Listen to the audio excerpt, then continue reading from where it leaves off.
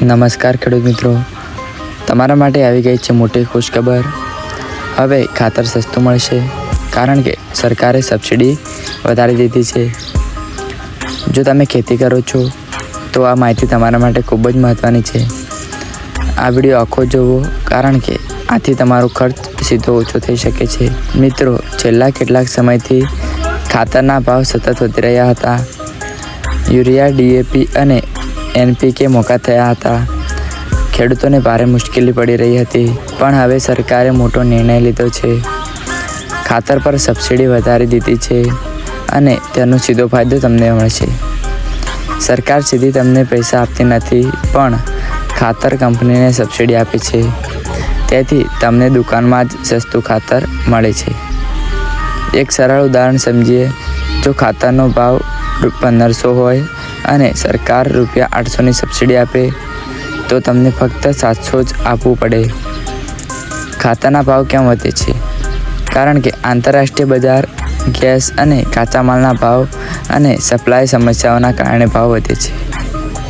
એક મહત્ત્વની વાત ધ્યાનમાં રાખો કે કેટલાક વેપારીઓ બ્લેકમાં ખાતર વેચે છે, એટલે હંમેશા બિલ જરૂર સાચવી રાખવું। હવે સરકાર ડીબીટી સિસ્ટમ લાગુ કરી રહી છે। ખાતર લેતા સમયે આધાર આપવો પડે છે અને POS મશીનમાં એન્ટ્રી પણ થાય છે। ખેડૂત મિત્રો, વધારે ખાતર ન નાખો, સોઇલ હેલ્થ કાર્ડ મુજબ જ વાપરો, એથી જમીન પણ સારી રહેશે અને ફળદ્રુપ રહેશે। સમયસર ખાતર ખરીદો, સાચી દુકાનેથી જ લો અને નવી યોજનાઓની માહિતી રાખો। મિત્રો, સરકાર તમારો ખર્ચ ઓછો કરી રહી છે, પણ સાચો ફાયદો ત્યારે જ મળશે જ્યારે તમે સાચી માહિતી સાથે ખેતી કરશો। હવે ઘણા ખેડૂત મિત્રો સાચું ખાતર અને તેની સાચી માત્રા ન જાણતા હોવાથી નુકસાન ભોગવે છે, પરંતુ જો તમે આ વિડીયો આખો જોશો તો તમને ખબર પડી જશે કે કયું ખાતર ક્યારે અને કેટલું વાપરવું જોઈએ। ખાતર એટલે જમીનનું પોષણ આપવાનું સાધન। જેમ માણસને ખાવાનું જરૂરી છે, તેમ પાકને પણ પોષક તત્વો જોઈએ, જેમાં મુખ્ય 3 તત્વ છે: નાઇટ્રોજન, ફોસ્ફરસ અને પોટેશિયમ, જેને NPK કહેવામાં આવે છે। યુરિયા ખાતર સૌથી વધુ ઉપયોગમાં લેવાય છે। તેમાં નાઇટ્રોજન વધારે હોય છે, જે પાકને લીલું અને ઝડપથી વધવામાં મદદ કરે છે। ઘઉં, ચોખા અને મકાઈ માટે ખૂબ ફાયદાકારક છે, પરંતુ વધારે ઉપયોગ કરશો તો નુકસાન પણ થઈ શકે છે। ડીએપી ખાતર વાવણી સમયે ઉપયોગી છે। તેમાં નાઇટ્રોજન અને ફોસ્ફરસ હોય છે, જે મૂળ મજબૂત બનાવે છે અને પાકને સારી શરૂઆત આપે છે। NPK ખાતર સંતુલિત ખાતર છે, જેમાં 3 પોષક તત્વ હોય છે। તે પાકના સંપૂર્ણ વિકાસ માટે મદદ કરે છે, એટલે ઘણા ખેડૂતો તેનો ઉપયોગ વધારે કરે છે। પોટાશ પાકને મજબૂત બનાવે છે અને રોગ સામે લડવાની શક્તિ આપે છે। ફળ અને દાણા ભરવામાં મદદ કરે છે, એટલે બટાકા અને કપાસ માટે ખૂબ ઉપયોગી છે। ઓર્ગેનિક ખાતર, ગોબર ખાતર અને વર્મી કમ્પોસ્ટ જમીન માટે ખૂબ સારા છે। તે જમીનની તંદુરસ્તી સુધારે છે અને લાંબા સમય સુધી ફાયદો આપે છે। આવી સાચી માત્રા કેમ જરૂરી છે?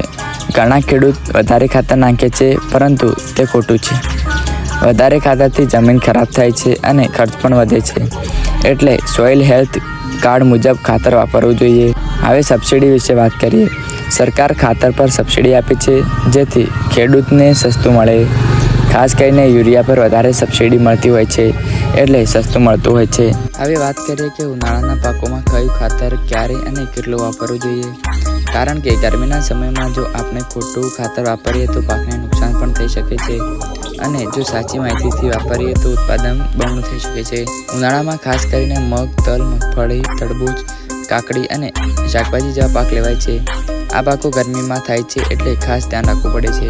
જ્યારે આપણે વાવણી કરીએ છીએ ત્યારે જમીન તૈયાર કરતી વખતે DAP અથવા SSSP ખાતર અને સાથે ઓર્ગેનિક ખાતર જેમ કે ગોબર ખાતર નાખવું ખૂબ જ જરૂરી છે, કારણ કે જે જમીનનું પોષક આપે છે અને મૂળ મજબૂત બનાવે છે। જ્યારે પાક 15થી 25 દિવસનો થાય ત્યારે તેને વૃદ્ધિ માટે યુરિયા ખાતર આપવું જોઈએ। યુરિયા પાકને લીલો અને ઝડપથી વધવામાં મદદ કરે છે, પરંતુ વધારે ન નાખવું જોઈએ। જ્યારે પાકમાં ફૂલ અને ફળ આવવા લાગે ત્યારે પોટાશ અને NPK ખાતર આપવું જોઈએ। કારણ કે તે દાણા ભરવામાં મદદ કરે છે અને પાકની ગુણવત્તા પણ વધારે છે. હવે ખાસ પાક જેમ કે મગફળી અને તલમાં રાઇઝોબિયમ કલ્ચર ખૂબ ફાયદાકારક છે.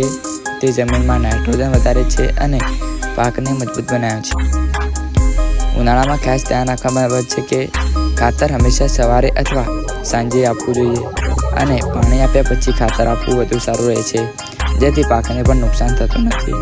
ઘણા ખેડૂત વધારે ખાતર નાખે છે, જે ખોટું છે. વધારે ખાતરથી જમીન ખરાબ થાય છે અને ખર્ચ પણ વધે છે. એટલે સંતુલિત માત્રામાં જ ખાતર વાપરવું જોઈએ, નહીં તો ઉનાળામાં પાક પણ બળી શકે છે. હવે સરકાર ખાતર પર પણ સબસિડી આપી રહી છે, જેથી ખેડૂતને સસ્તું ખાતર મળે છે. ખાસ કરીને યુરિયા પર સૌથી વધુ સહાય મળે છે. મિત્રો, જો તમને સાચી રીતે ખાતર વાપરશો તો ઉનાળાના પાકોમાં ખૂબ સારું ઉત્પાદન મળશે. આવી જ ખેતીની માહિતી માટે ચેનલને સબસ્ક્રાઈબ કરો, વિડીયો લાઈક કરો અને બીજા ખેડૂત મિત્રો સાથે પણ શેર કરો.